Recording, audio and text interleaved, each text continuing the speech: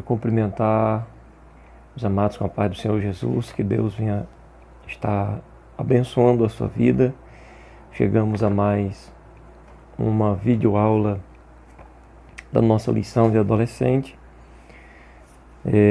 Lição essa que nós estamos estudando aqui da revista Cremos, desse trimestre, onde nós temos a oportunidade de aprender hoje acerca da vida de santidade. Amém? Nós temos aqui um texto base em Hebreus, capítulo 12, versículo de número 14. Procurem ter paz com todos e se esforcem para viver uma vida completamente dedicada ao Senhor, pois sem isso ninguém o verá. Na tradução da Bíblia Almeida, Revista e Corrigida, nós temos a seguinte tradução: seguir a paz com todos e a santificação, sem a qual ninguém verá o Senhor. Então nós temos a mensagem da palavra de Deus que nos convoca para uma ação.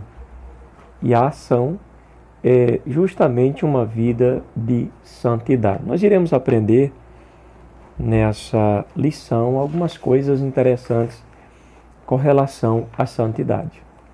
Primeiro, para entendermos um pouquinho da santidade e a necessidade do cristão de andar em santidade, é preciso primeiramente conhecer que o Deus em quem cremos e em quem confiamos e a quem desejamos servir, Ele é santo em toda a sua essência. A essência de Deus, a natureza de Deus é santa. O que lhe vem à cabeça quando você ouve esta palavra, santidade? Muita gente entende essa palavra santidade como algo de um nível tão elevado que seria impossível para o ser humano alcançar. Sendo assim, muitas pessoas acreditam que santo somente Deus. Então, santidade seria a mesma coisa que viver ou cumprir uma lista de proibições. Não faça isso, não faça aquilo outro. Não exatamente, né? Não exatamente isso. Então, ou um objetivo distante que só as pessoas como os monges, por exemplo, do Tibete conseguem fazer. Santidade seria se isolar do mundo, vivendo assim uma disciplina espiritual rigorosa. Vou citar um exemplo para você. Houve um tempo na história que muitos criaram mosteiros. Seria uma casa, tipo um templo, como a gente conhece hoje, os templos, as igrejas. Seria um templo, só que em vez de ser um local onde todo mundo tinha acesso, apenas os monges, apenas algumas pessoas tinham o direito de ir lá viverem. Eles seguiam ali uma disciplina altamente rigorosa e não tinham contato com o resto do mundo. Viviam ali isoladamente no intuito de viver uma vida separada para Deus. Bem, a santidade é sinônimo de isolamento de tudo e de todos? São pontos que a gente vai entender no decorrer da lição de hoje. Jesus é santo em toda a sua essência. Aí vem uma pergunta: Jesus se isolou de todos na sociedade quando ele esteve na Terra? O pior que pode acontecer conosco é não reconhecermos quando estamos equivocados acerca de determinado assunto ou na ignorância, né? Então, vamos aprender sobre a santidade. Por isso que nosso comentarista dessa lição foi feliz em trazer este assunto para nós nesse trimestre, muito importante. Existe uma coisa interessante que não podemos ir ao extremo. Nunca é mal ser santo, mas não podemos levar a santidade para o lado da ignorância, por exemplo. Por isso é necessário conhecer o que é santidade. O que seria levar a santidade para o lado da ignorância? Por exemplo, só citar um exemplo para você. Há pessoas que levam a santidade tão a extremo que, no caso de uma família, tem membro da casa que separa do outro com medo de que aquela outra pessoa contamine a sua santidade. Isso é levar a uma extrema ignorância, né? Bem, a santificação significa dedicação, separação, consagração. Lembre disso. Santificação é separação, dedicação, consagração. Uma ideia de separação de tudo aquilo que impede-nos de buscar a Deus e dedicar-lhe a nossa vida inteira. Então, dessas coisas nós temos que nos separar, sim. Do quê? De tudo aquilo que impede-nos de buscar a Deus e dedicar a nossa vida a Ele inteiramente. Então, qualquer coisa, seja qualquer que for a coisa, ou a pessoa até que possa impedir você de buscar a Deus ou de se dedicar ao Senhor, isso pode ser prejudicial para a sua vida. Então, separar-se é o melhor remédio. No contexto do Novo Testamento, santificar-se é separar-se do pecado, com o objetivo de conservar-se para Deus. Lembrando que o pecado é uma ação, é errar o alvo, é fazer coisa errada, em desacordo com a vontade de Deus. Então, separar do pecado não é a mesma coisa que separar de um objeto. Seria, noutra maneira de falar, evitar as práticas que desagradam o coração de Deus. Por exemplo, o pecado não está em um determinado lugar. Uma casa, um prédio, uma árvore, um transporte. O pecado não está ali. O pecado é quando nós erramos o alvo, transgredimos a lei de Deus.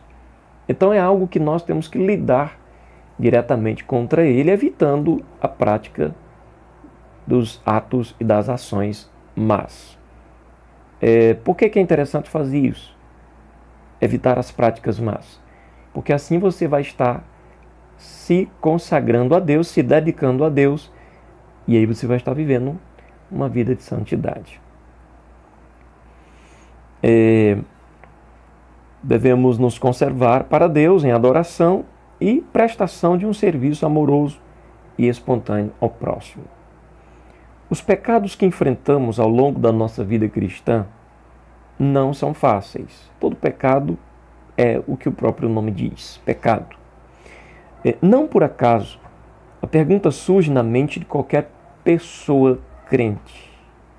É possível ser santo no mundo profano? A Bíblia diz que o mundo jaz no maligno. E onde nós moramos? No mundo.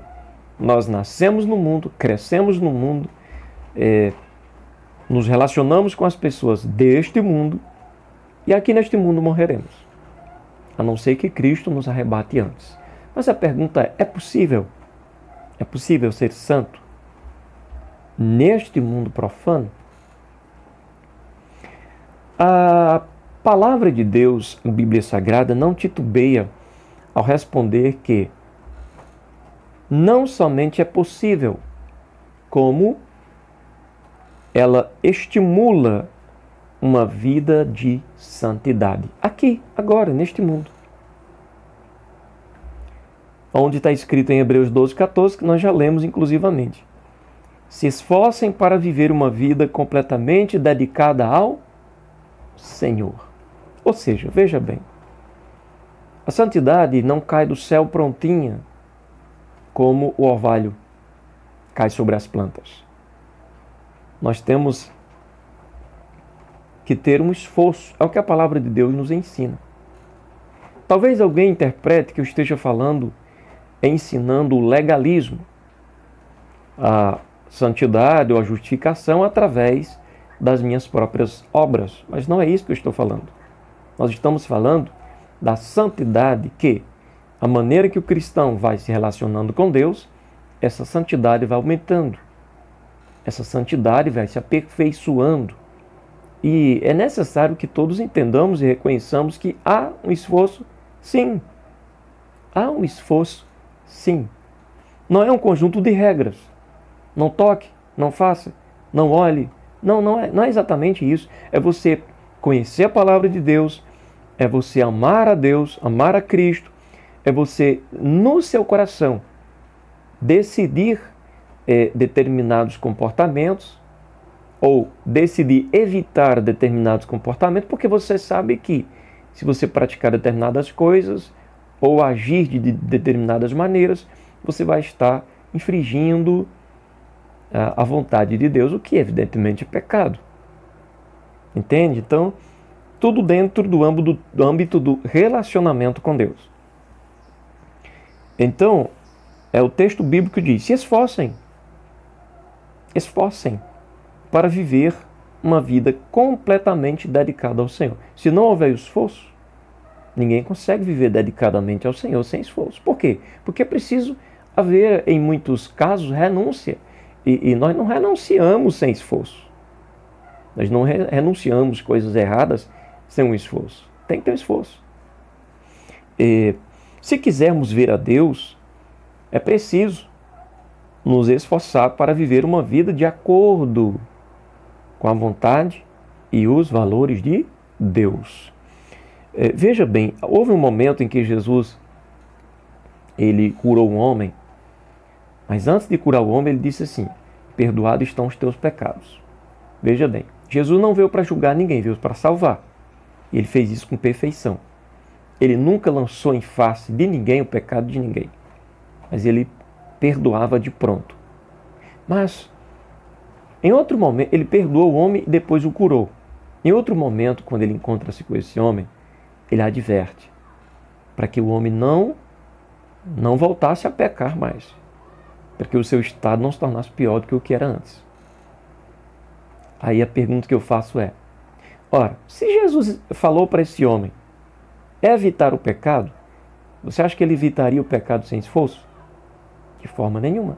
Teria que vigiar e guardar esta palavra do Mestre para não cair nas tentações que o mundo oferece. E estimula nossa natureza a despertar, por desejos impróprios e impuros que não somos obrigados a colocá-los em prática.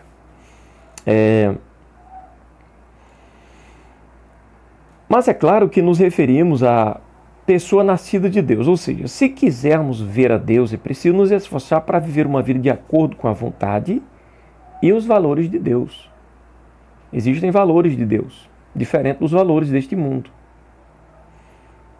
E isso é possível quando a pessoa é nascida de novo. Nascida da água e do Espírito, como Jesus falou para Nicodemos, através do ouvir a palavra de Deus. Pois quem está imerso em pecado ainda não tem forças para fazer alguma coisa neste sentido. Por exemplo, quem está vivendo na prática do pecado, tanto faz a gente aconselhar a andar em santidade como não, vai dar na mesma coisa. Ele não vai conseguir andar em santidade. Por quê? Porque ele ainda está morto em seus delitos e pecados. Mas para alguém que nasceu de novo, todo o conselho de Deus que vem para a sua vida, em vez de o magoar e o entristecer, pelo contrário, lhe dá força. Lhe dá força sim para vencer o pecado. Porque é um nascido de novo. É a importância de alguém nascer de novo da palavra de Deus. Então, essa pessoa não pode salvar a si própria nem a outras, porque pela graça é que somos salvos. A Bíblia diz que fomos santificados instantaneamente quando nos arrependemos do pecado e nos reconciliamos com Deus. Aí o amado ouvinte, o amado aluno, o amado irmão, irmã que está ouvindo esta videoaula, talvez se faça uma pergunta. Pastor, não está havendo aqui uma contradição? Porque o senhor acabou de falar até agora sobre o esforço para a santificação. Inclusive, o senhor citou um texto onde diz: esforçai-vos, né, segui a paz com todos, né, se esforce para viver uma vida completamente dedicada ao Senhor ou santificada ao Senhor. Mas aqui o senhor já está lendo que a santidade é instantânea quando nos arrependemos do pecado e nos reconciliamos com Deus. Espera aí, como que ela é instantânea se atrás foi dito que devemos se esforçar? Veja bem, desde o momento que fomos salvos em Cristo Jesus, há uma santidade de Deus em nós. Por exemplo, vou citar o caso, por exemplo, do ladrão da direita, que estava crucificado ao lado de Jesus. Aquele homem, quando ele morre, era santo ou não? Sim, com certeza. Mas como que ele era santo se ele, ao ser crucificado, era um ladrão? Mas ao tirá-lo da cruz, aos olhos de Deus, ele já não era mais um ladrão. Como era uma pessoa salva, ele agora era santo. Mas como que é isso? Eu vou te explicar rapidamente. Quando nós cremos em Jesus e o reconhecemos como o Senhor das nossas vidas e o aceitamos, a santidade de Cristo nos é dada porque Cristo nos justificou pelo seu sangue. Quando você crê em Jesus que o aceita, a obra redentora na cruz de Cristo vem sobre a tua vida te santificando. Então, essa é conhecida pelos teólogos como a santidade posicional, que é a santidade pelo fato de agora você estar em Cristo. A santidade de Cristo agora faz parte da sua vida. Você foi separado do pecado porque você foi redimido. Você foi resgatado do domínio do pecado. Então você está separado do pecado, você está santo. Só que a vida continua. Você aceitou Jesus, a vida continua. Por isso que as instruções bíblicas vêm dizendo: esforcem-se para viver uma vida dedicada ao Senhor. Veja que aquele homem que foi curado, aquele paralítico, Jesus perdoou ele. Quer dizer, a partir do momento que Jesus disse: teus pecados são perdoados, aquele homem ficou sem nenhum pecado. Entende? Só que, como Jesus curou ele passou a ter vida normal. Então havia, na verdade, a necessidade de ele empregar um esforço para que o pecado não viesse mais a dominá-lo. Ou seja, Jesus estava estimulando ele a continuar a viver a vida de santidade que ele havia o presenteado. Então, quando a gente aceita Jesus, os conselhos bíblicos vêm para que a gente mantenha aquele padrão de santidade ou cresça na santidade. Se aperfeiçoe na santidade cada vez mais, a maneira que aceitamos os conselhos da palavra de Deus para a nossa vida. Então, porque Jesus Cristo fez o que Deus quis, nós somos purificados do pecado pela oferta que ele fez, uma vez por todas, do seu próprio corpo. Hebreus 10, verso 10. Maior é o que está conosco do que o que está no mundo, mas ao mesmo tempo, o nosso Senhor espera de nós uma atitude concreta, como crentes, como pessoas que creem, que confiam. Separar-se do que é ruim para dedicar-se a Deus. Sim, é possível ser santo em todo lugar. A palavra está dizendo aqui em Tessalonicenses 5 e versículo 23, de que e todo o vosso corpo, alma e espírito seja conservado santo, né, para a vinda de nosso Senhor Jesus Cristo. Então, Deus nos santificou e nós temos a responsabilidade de nos conservar no padrão de santidade que Deus tem nos alcançado, para a louvor e glória dele e para esperarmos Jesus voltar a qualquer momento. Vamos falar um pouco sobre a santidade com o corpo. O tempo em que vivemos não é muito fácil, não é mesmo. Olha, há muita, como é que eu posso dizer, há muita influência por todos os lados. Há muitas culturas por todos os lados. Há muita coisa acontecendo neste planeta, neste mundo habitável. Então, se é garoto, né, se é um garoto, se é um rapaz, se é um adolescente, sofre uma forte pressão. Além da pressão mental que já vem devido a coisas que se vê e que se ouvem, muitos estão sofrendo pressão por parte de colegas, até mesmo no próprio ambiente escolar. Né? Até no próprio ambiente escolar, que seria um local educativo, que trouxesse o bem para a vida do cidadão. Muitas vezes é um ambiente que acontece muitas coisas, ou surgem muitas coisas que fazem mal. Há muita gente estimulando a prostituição, há muita gente estimulando ali dentro daquele ambiente. Aí eu não me refiro ao gestor, não me refiro aos que lecionam, me refiro a um grupo, né? Grupo, pessoas, colegas que chegam para você te oferecendo às vezes até mesmo droga, né? Estimulando você a se prostituir, a marcar encontros com pessoas, porque se você é um adolescente, ora, vai marcar encontros com alguém, né? Você é um cristão, você sabe que adolescente não é fase para casamento, para ter relacionamento com ninguém, então se não é tempo ainda para um relacionamento sério, o que não é sério não deveria acontecer, não é verdade? Bem, estou falando para cristãos que desejam agradar a Deus. Não estou para julgar ações de ninguém, até porque não sou juiz, mas como educador cristão, né, como alguém que deseja o bem de todos, se não há tempo de um relacionamento, de casamento, então não é tempo de experimentar, até porque essas coisas não é como uva. Você passa ali na frutaria e experimenta para ver se a uva é boa ou não. Se você chega ali na frutaria, pega uma uva, experimenta para ver se aquele cacho de uvas é saboroso ou não, isso não vai te trazer nenhum mal. Mas se você experimenta uma pessoa em termos de relacionamento, isso pode te trazer muito dano, viu?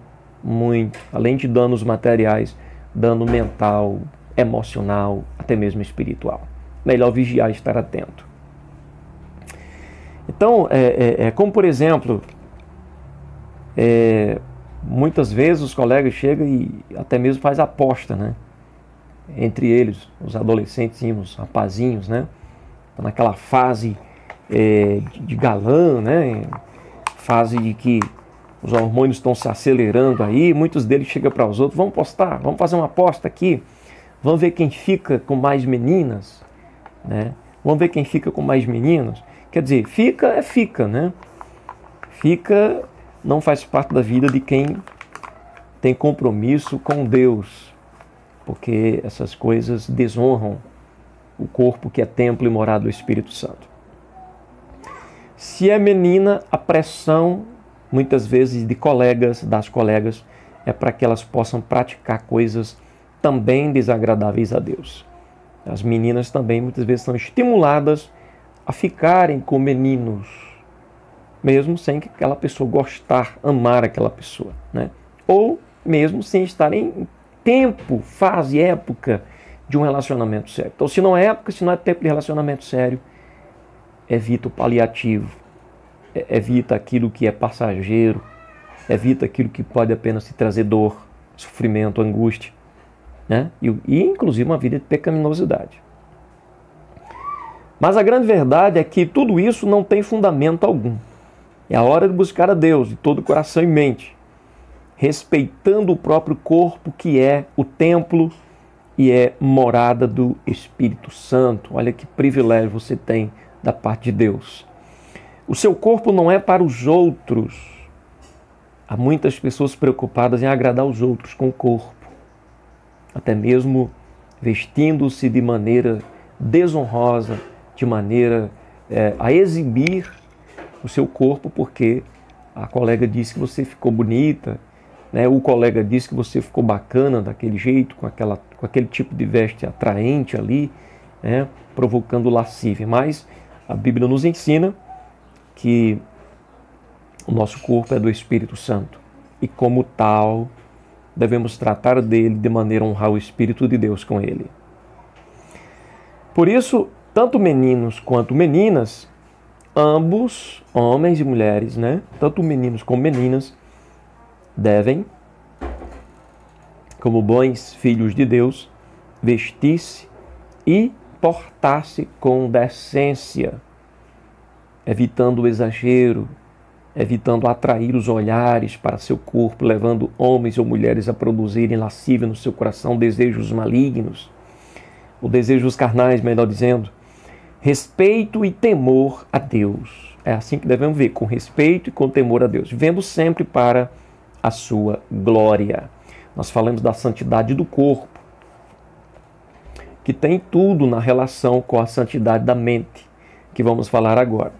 O apóstolo Paulo, certa vez, escreveu: por último, meus irmãos, encham a mente de vocês com tudo que é bom e merece elogios, isto é, tudo que é verdadeiro, digno, correto, puro, agradável e decente.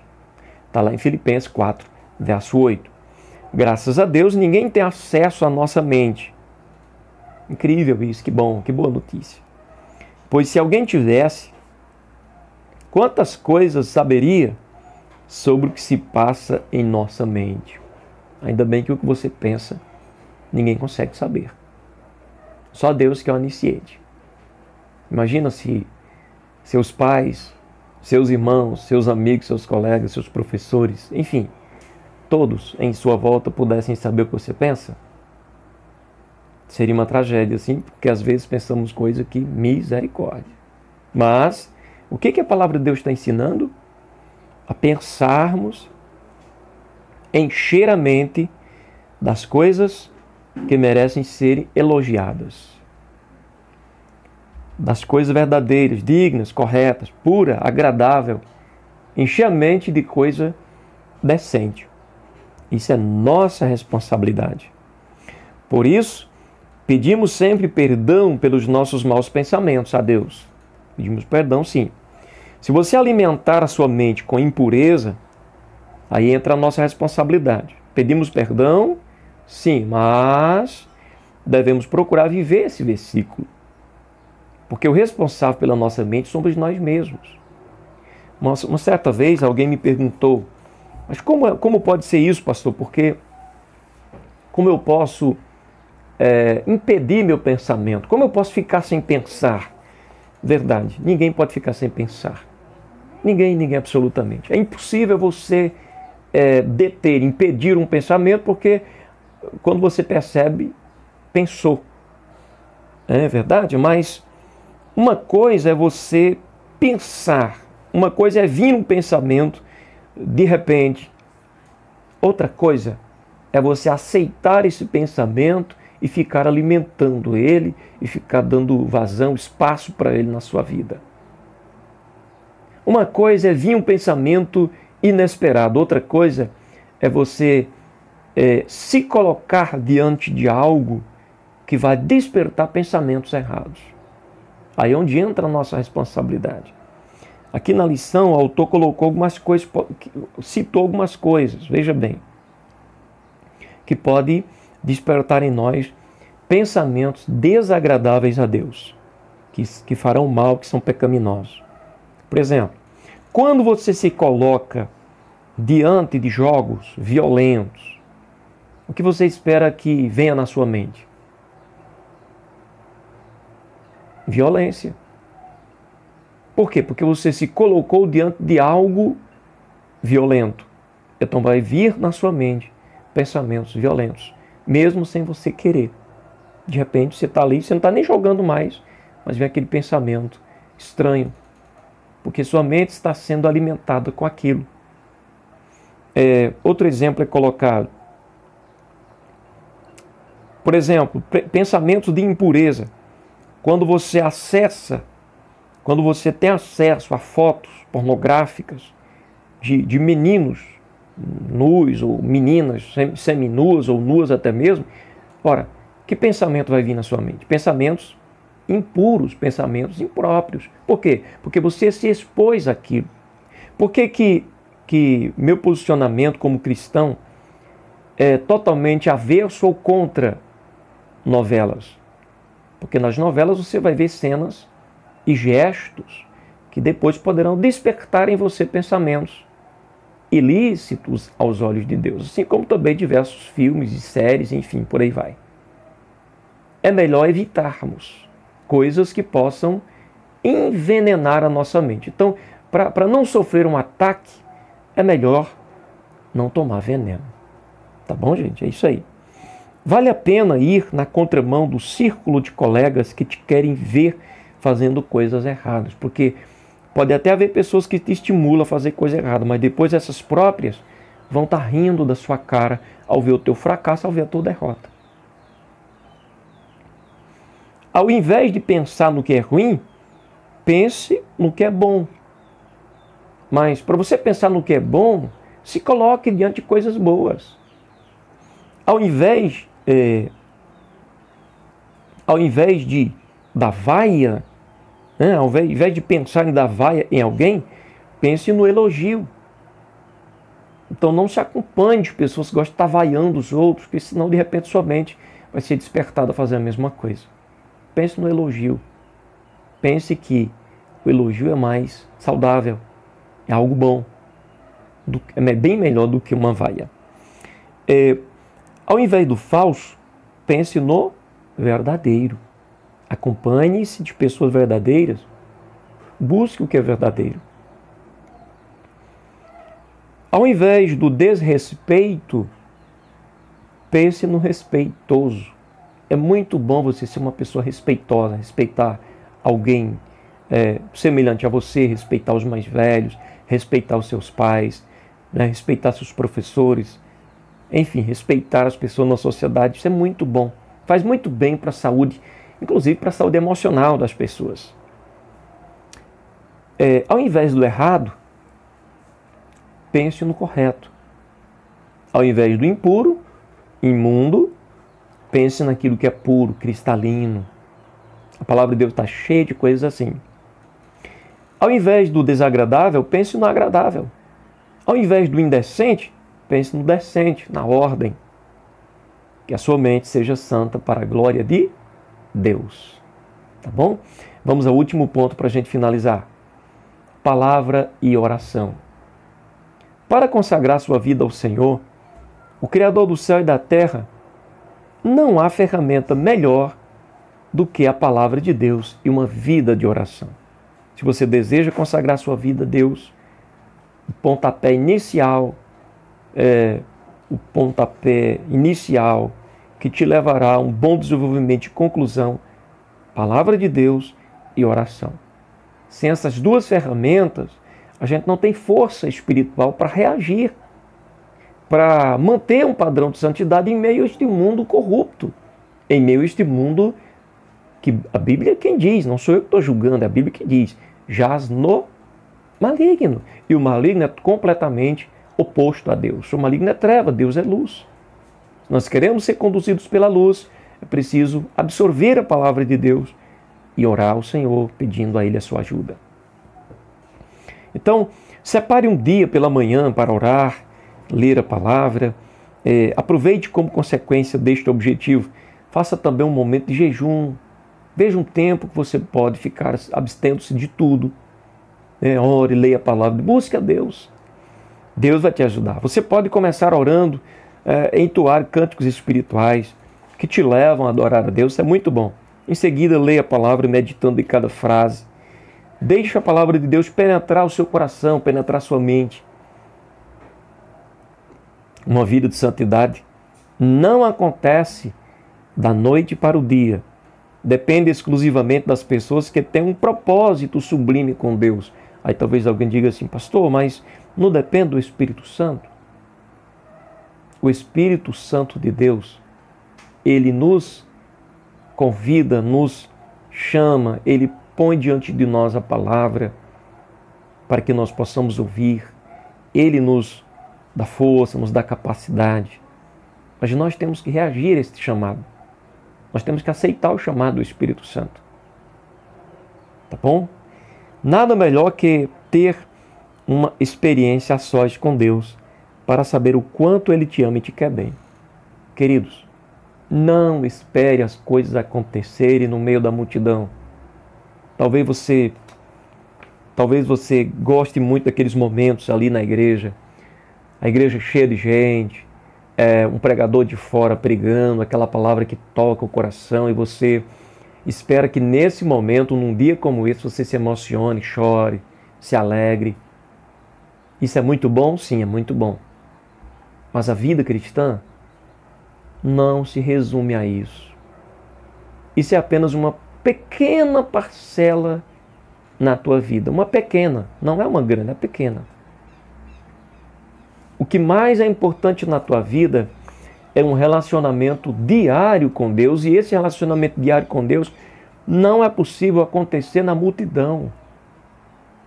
Não é possível todos os dias ter um evento festivo, um culto com muita gente, com pregadores de fora, com cantores de renome nacional, internacional.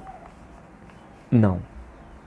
A vida acontece agora, como você está ouvindo esse vídeo. Quantas pessoas estão com você agora? Talvez só você. A vida é assim. Há momentos em meio a multidões, mas a maioria do tempo é você e Deus. Aproveita esse tempo, aproveita esse momento. Tira tempo para o Senhor. Então, nada melhor do que ter uma experiência a sós com Deus, para saber o quanto Ele te ama e te quer bem. Mas vem também outro lado. Reúna outros colegas, adolescentes da sua igreja local, para juntos orarem ao Todo-Poderoso, pedindo-lhe para tocar em seus corações a fim de viver uma vida santa. Mas veja bem, veja que o conselho para reunir colegas para orar vem depois do conselho que é dado para você ter uma vida de relacionamento pessoal com Deus. Se não tivermos uma vida pessoal com Deus, individual com Deus, também não teremos na coletividade. Os irmãos estão entendendo? É muito bom na coletividade, é muito bom, mas começa você e Deus no teu quarto. Fecha a porta.